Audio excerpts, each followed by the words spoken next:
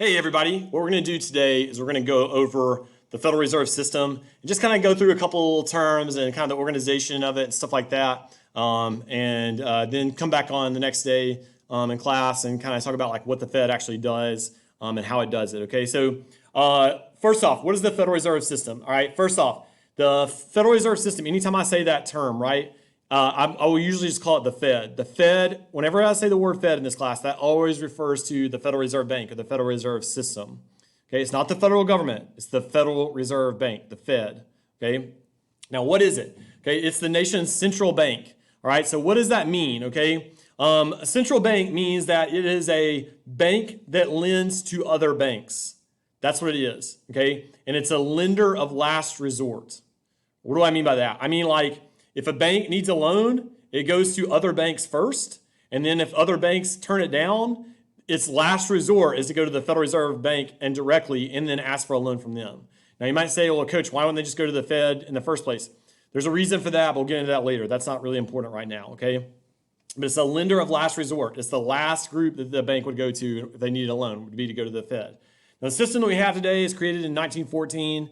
Okay, you don't really have to know that. It's not really like that important, but it's the system that we have was created in 1914. All right. It's also the U.S. government's bank. So like, you have a bank, Wells Fargo might be your bank or Bank of America or something like that. Well, the U.S. government has a bank. It's the Federal Reserve Bank. Okay, and it manages like essentially like if the U.S. government had like a checking account, like it would be managed by the Federal Reserve Bank. Okay.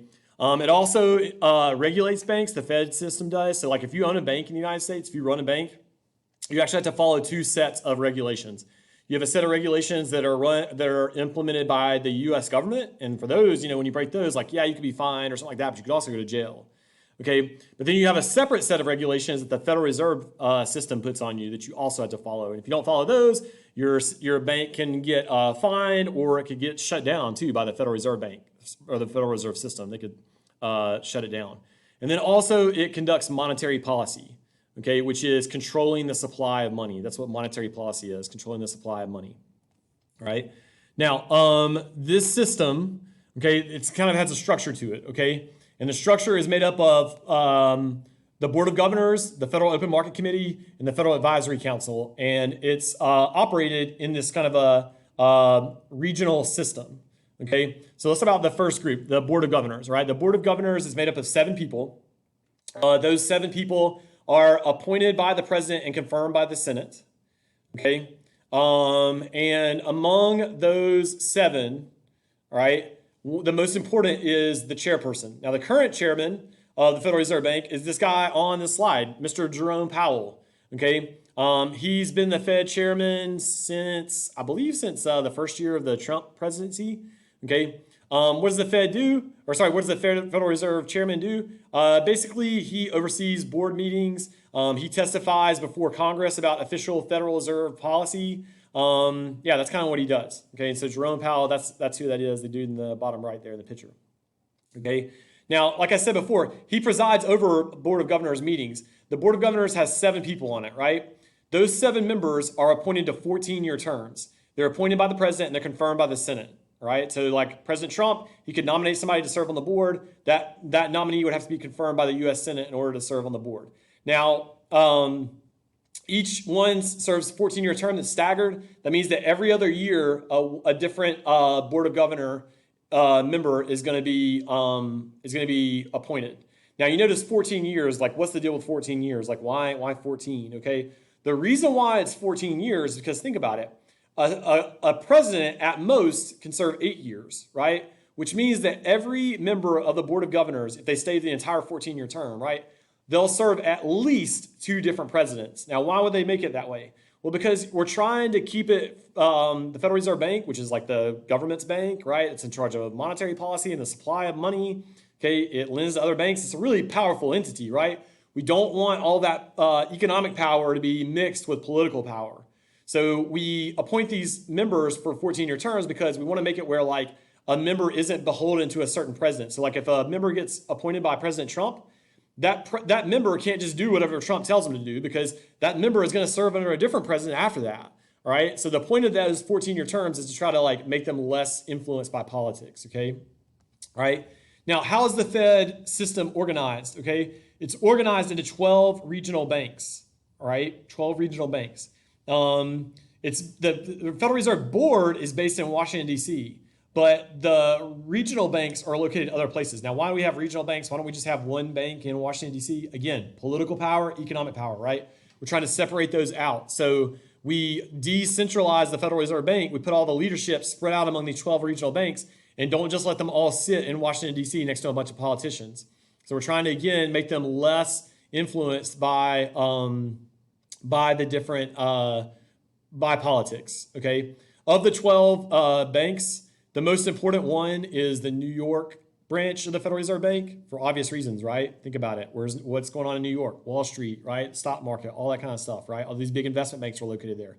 So the New York branch of the Federal Reserve Bank is the most important branch. Now, Atlanta actually is host to one of those 12 branches. And so the pictures on this slide right here, these are all different pictures of the Atlanta branch of the Federal Reserve Bank. And you've probably actually walked by this building a million times if you've ever been in Midtown in Atlanta and didn't even realize it. If you've ever gone to Piedmont Park, like for like maybe for like Music Midtown or something like that, like a concert at Piedmont Park, if you took MARTA to get there, I can almost guarantee you probably got off at the MARTA station right in front of the Federal Reserve Bank. It's located at 10th Street and 10th Street and Peachtree Street.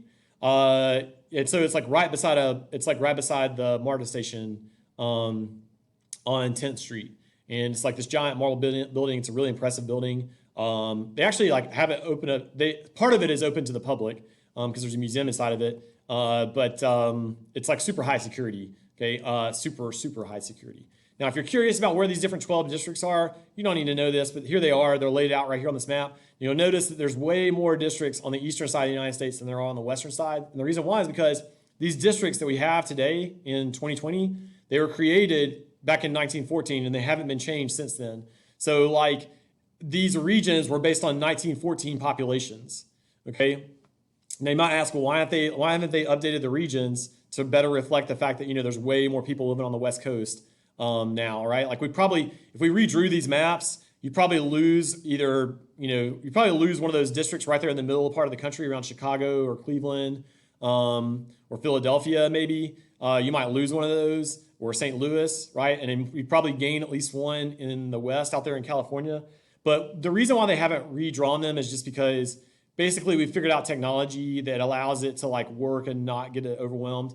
So like we have it divided up into these different regions to decentralize it, but we also have it divided in those regions to make it more responsive to local needs. So for example, like if a bank located in the 6th district in Atlanta's district, right? If they need a loan, think about this in 1914 before computers and stuff, right? If they needed a loan, well, that loan was probably going to happen in cash, right? Well, you don't want, a bank in say, San Francisco needing a loan from the Federal Reserve in Washington, D.C., and then shipping like, possibly hundreds of thousands or maybe even millions of dollars back then in cash on like a train all the way across the country. That's asking for trouble, right? That's asking for it to get robbed and stuff. And so instead of like going across the country to get the money, right, you go to your local district bank to get that money. And so that makes it like a little bit safer as well. So like a bank located in the 6th district in say Birmingham or maybe South Florida or something like that, if they need a loan, they don't go all the way up to Washington, D.C. They go to Atlanta and they get the loan from the Atlanta branch of the Federal Reserve Bank. So those are your 12 districts. Okay, now probably the most important policy organ is, or the most important sort of group out of all these groups is what's called the FOMC, the Federal Open Market Committee. And it is the main policymaking organ of the Federal Reserve Bank. The FOMC, if you're curious, they meet about 6 times per year. So, about every month and a half they meet. And every time they meet, it is always a big deal. It is always big news, big economic news whenever they meet. And the reason why it's important is because the FOMC is in charge of monetary policy. And so if you remember back from the beginning of this presentation, monetary policy is controlling the money supply. So the FOMC is who determines what the money supply is going to be. That's why they're so important. So every time they meet, it's a really big deal because changes in the money supply have big impacts on our economy. And we'll talk more about that on Monday. Okay, so they always meet, whenever they meet, it's always a big deal. And they can meet more often than every 6 weeks. If they want to, they can meet during an emergency. So for example, The Federal Open Market Committee held an emergency meeting on September 11th in 2001 during the terrorist attacks. Why did they meet? Well, the World Trade Center is where a bunch of investment banks were located. The stock market, the New York Stock Exchange was located there. Okay, so that was a really big deal when it was attacked, right? So the FOMC held an emergency meeting and they wanted to double check, okay, is our financial system intact? Is everything going okay? Is anything broken down because of these terrorist attacks? They held a meeting, they checked everything, made sure everything was okay, and then they released a press release right after the meeting and said, okay, guys, okay, everyone, despite the terrorist attacks that have occurred in New York City, in Washington, D.C., and in Pennsylvania, right? The economic system, our banking system, all that stuff is still operating as it should. Everything is under control with our banking system. Okay. They also met in 2008 when Lehman Brothers, which is a really big investment bank, when they collapsed also for the same reason. They said, okay, this massive investment bank that's really important collapsed and has gone under, but the rest of the banking system is still working fine. Okay. And then what I was saying is they meet about the money supply. Okay. There's 12 members on the FOMC. Who are the 12 members? Well, the 12 members are the 7 Board of Governors members, right? The 7 Board of Governors members, the chairman and the other 6 members, those 7, plus 5 more people. One of those 5 is always the president of the Federal Reserve Bank of New York, again, because it's a really important bank, right? So that's the 8th person on the FOMC. And then the other 4 are presidents from the other regional banks, but they rotate on a 1-year basis. So what I mean by that is the Atlanta manager of the Federal Reserve Bank of Atlanta, he will serve on the FOMC for a year, and then this time will be up, and then he'll be replaced by a different president from a different regional bank. Okay. Again, why are they so important? Because they're the ones who conduct monetary policy.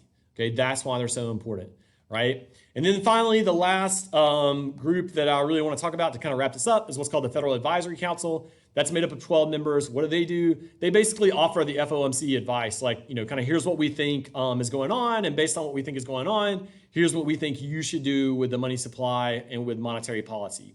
So each member of the Federal Advisory Council, there's 12 of them. Each one comes from a different regional bank.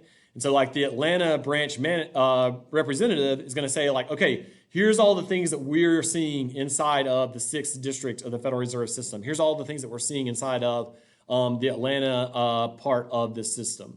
And based on what we think is going on in Atlanta, this is what we think you should do. And so the FOMC is going to listen to what these 12 people have to say. And then based on what they have to say, they're going to make their decisions about what they should do with monetary policy. Okay, so that's sort of a brief overview, a very brief overview of the Federal Reserve Bank.